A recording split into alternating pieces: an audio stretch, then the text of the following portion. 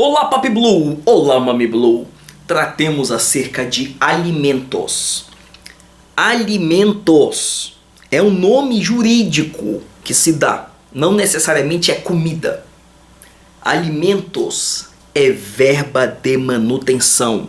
Verba de manutenção. Fornecimento de meios para a manutenção de alguém. A isso o direito civil vai chamar de alimentos. Não necessariamente é comida. Comida também.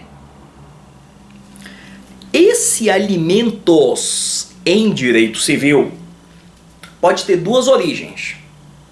Estamos em família, então vamos tratar do alimento de direito de família, mas existe outro, eu vou te explicar qual é. Existe alimentos decorrentes de responsabilidade civil. Sim, então pode ser que alguém seja condenado a indenizar outrem pagando alimentos, pagando pensão alimentícia. É o caso de alguém que acidenta alguém e essa vítima fica com um defeito físico, fica com perda laborativa ou algo desse tipo. Então nós temos, olha, alimento de responsabilidade civil. Já temos um módulo inteiro tratando de responsabilidade civil. Então é um alimento que tem natureza de indenização. E tem alimentos de direito de família. O alimentos que eu estou tratando aqui, alimentos, porque é o Instituto e Alimentos, tá? O Instituto Alimentos que eu estou tratando aqui é o alimento de direito de família, ok? Com as regras dele, que estão aí no nosso Código Civil. Bom, alimentos é recíproco no núcleo familiar. A própria Constituição já nos diz que os pais sustentam os filhos na infância e os filhos sustentam os pais na velhice. Mas, na verdade, o nosso Código Civil nos vai dizer que alimentos é para baixo, para cima, para ex-cônjuge ou companheiro e, pasmem, até irmãos. Até irmãos, é verdade. Então, irmão tem obrigação alimentar com irmão, tá no código.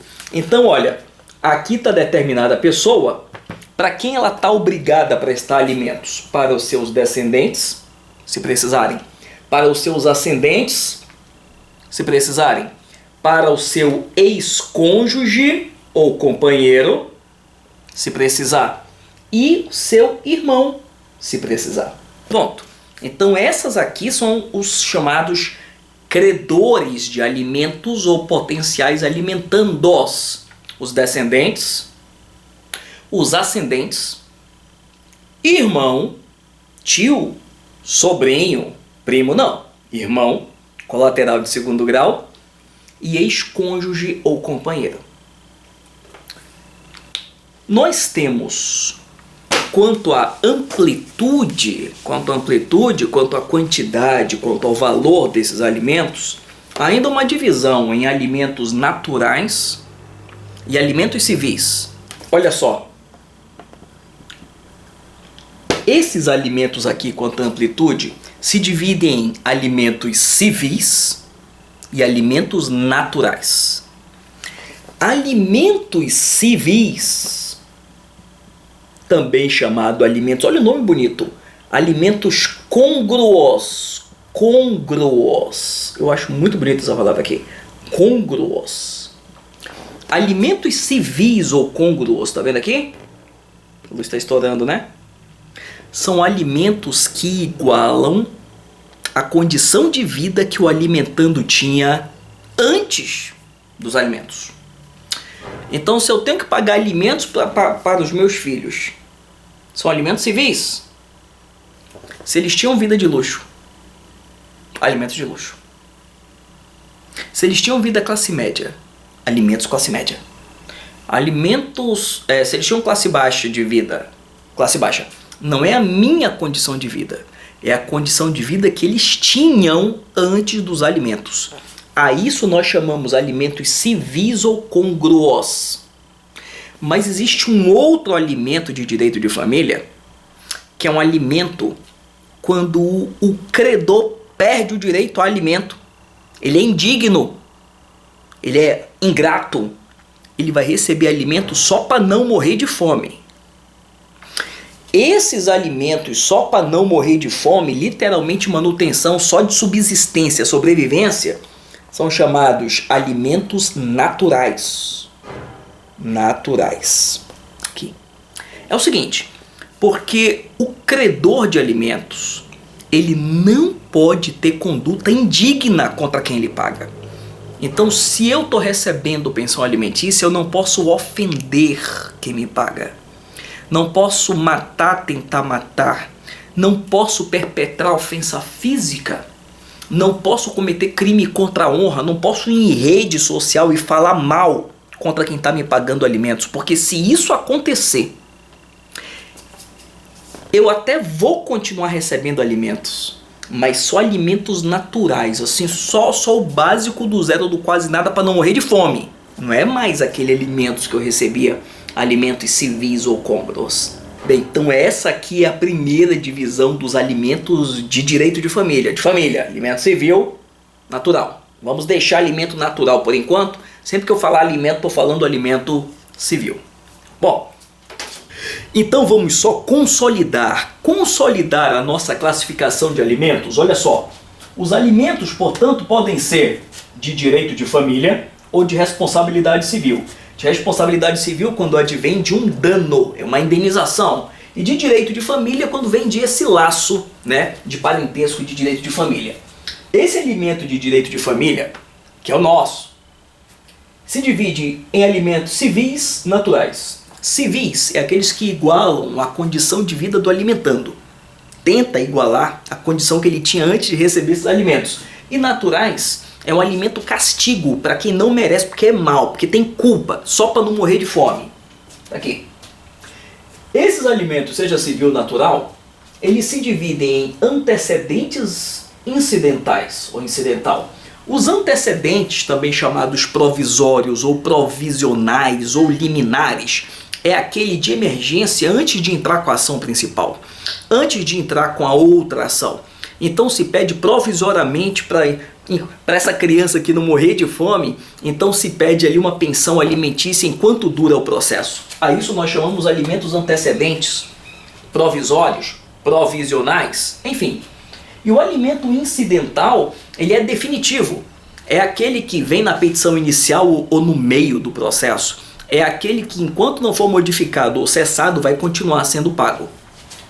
Aliás, esse provisório aqui não tem esse nome por outro motivo. Que a qualquer momento do processo ele pode ser cassado, modificado, né? E qualquer desses alimentos aqui ainda pode ser alimentos próprios ou gravídicos. Vou falar de gravídico ainda nesse vídeo, tá? Relaxa. Alimento próprio é para o próprio alimentando, para o próprio credor. Tá aqui. E o alimento gravídico, que inclusive tem lei especial, depois eu falo sobre ele, é alimento para gestante. Para gestante e indiretamente para o seu nascituro. Quer dizer, acaba sendo para o nascituro também, mas é através da gestante. Vamos falar dele daqui a pouco. Pronto. Agora que eu consolidei a classificação dos alimentos, vamos seguir. Vamos às regras.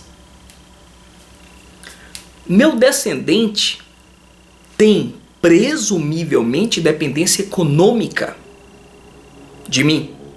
Então é o alimento mais forte, mais exigível. É o alimento para descendente. Ele é fixado de acordo com o binômio necessidade e possibilidade. Quem tem que pagar alimentos para o meu filho não sou só eu. Eu não fiz sozinho, é eu e a mãe. Eu e a mãe. A mãe e eu, na proporção dos rendimentos de cada um e de acordo com a necessidade desse alimentando. Esse alimentando, ele vai poder receber alimentos enquanto depender economicamente de nós, enquanto ele não tiver como se sustentar, enquanto não tiver meios hábeis. Não existe 21 anos, 18 anos, 24 anos, fim da faculdade. Isso não existe, isso já existiu em leis anteriores. É o critério do juiz, é o prudente arbítrio do magistrado se vai determinar se não está tendo cobrança abusiva de alimentos. Já pensou alguém 30 anos de idade recebendo pensão alimentícia? Tem alguma coisa errada, né? Tem alguma coisa errada. Então esses extremos são facilmente verificáveis, mas o cinza aí não é. Alguém com 22 anos, 23, 24 pode ainda receber pensão alimentícia? Pode, se precisar. Se precisar, e se quem puder, quem deva pagar, possa pagar naquele valor. Esses alimentos, eles passam por herança. Então, se por um acaso, eu estou pagando pensão para esse meu filho aqui, e eu faleço, minha herança, meu espólio, vai continuar pagando alimentos para ele enquanto ele precisar. O fato de alguém pagar alimento para filho e casar de novo, ter união estável, não diminui o valor dos alimentos. Agora, aquela pessoa que recebia alimentos, se tiver novo casamento, união estável ou concubinato, perde o direito aos alimentos. Libera aquela pessoa que pagava alimentos. Então, se por um acaso, se eu pago alimentos para minha ex-esposa, eu tenho que torcer para ela se casar de novo, tenho que torcer para ela estar namorando, tenho que torcer para ela ter união estável ou concubinato. Por quê? Porque aí eu estou exonerado de pagar alimentos. E, muito importante, alimentos para ex-esposa, para ex-esposo, para ex-companheiros, é só por tempo determinado, limitado, e enquanto essa pessoa não puder se prover com o seu trabalho. Não falta decisões dizendo que ex-cônjuge não é INSS. Né? Então, profissão, divorciado, divorciada, não. Isso não é profissão. Tem que trabalhar mesmo. Na impossibilidade é que se pode cobrar alimento de ex-cônjuge. Se pode pedir revisional de alimentos para cima ou para baixo, se mudar a possibilidade de pagamento ou a necessidade do alimentando. Esses alimentos, segundo o Código Civil, serão atualizados de acordo aí com o índice oficial ou o índice que for acordado entre as partes. Pode ser pedido no processo de divórcio, pode ser pedido a qualquer momento depois do divórcio, se for para ex-cônjuge, porque eles podem ser dispensados, mas não podem ser renunciados. Então, eu posso dizer, eu não quero pensão alimentícia da minha ex-esposa, eu não estou precisando, mas eu não posso dizer, eu nunca vou querer pensão alimentícia da minha ex-esposa. Então, a lei é muito clara, você pode abrir mão, mas você não pode renunciar a um direito futuro de, se precisar e tiver as demais condições, requerer. É possível, inclusive, se requerer alimentos junto com a investigação de paternidade, já liminarmente, no começo, assim, tutela antecipada antecedente. E existe no Brasil algo chamado alimentos gravídicos. Então a mulher grávida indica o indigitado pai, indigitado quer dizer apontado, o indigitado pai para o juiz. Se o juiz se convencer, e na lei está assim, se o juiz se convencer dos indícios de paternidade, já condena esse homem, que nem se sabe se é pai, mas que o juiz se convenceu que é, se condena esse indigitado pai a pagar alimentos para essa mulher e para o nascituro dela, deve cobrir esse valor de alimentos, todas as despesas médicas com a gravidez, e quando essa criança nascer, se transforma em alimento para essa criança, e assim vai ficar enquanto não houver aí a contestação, enquanto esse pai não provar que não é pai. Detalhe, alimento é irrepetível. Depois ficou provado que essa mulher estava de má fé, ou estava em dúvida e ele não era o pai, ele não pode cobrar alimento de volta. Julgue você se isso é justo ou não. O que ele pode é, caso ele descubra quem é o verdadeiro pai, ajuizar ação regressiva, já que afinal, né, alimentou filho de outra pessoa, né? Recobrar as despesas que teve com o filho dessa outra pessoa. Prazo para cobrar alimentos, 2 anos, é o prazo prescricional. Lembrando que não corre essa prescrição contra ascendente e descendente. Eu explico isso no próximo vídeo, tá? Na cobrança. E só para fechar alimentos, aquele que paga alimentos, ele tem precisando, se tiver dúvida se está sendo bem usado a verba de alimentos que ele está pagando ou que ela está pagando, pode requerer ação de prestação de contas.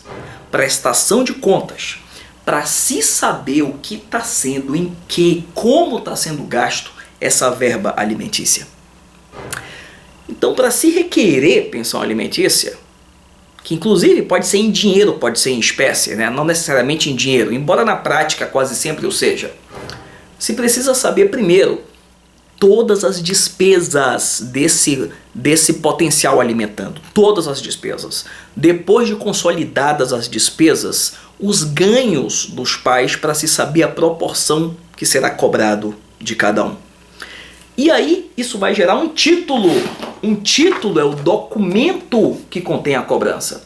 Vai ser uma sentença, vai ser um acordo extrajudicial, vai ser um termo feito na defensoria, no Ministério Público, um título. É daqui que vai gerar a cobrança.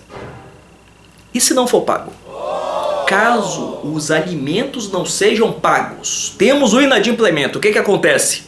Serão cobrados, é o assunto do próximo vídeo, então já está grudadinho com esse. No próximo vídeo vamos tratar sobre cobrança de pensão alimentícia, cobrança de alimentos. Vamos ao próximo vídeo? É isso.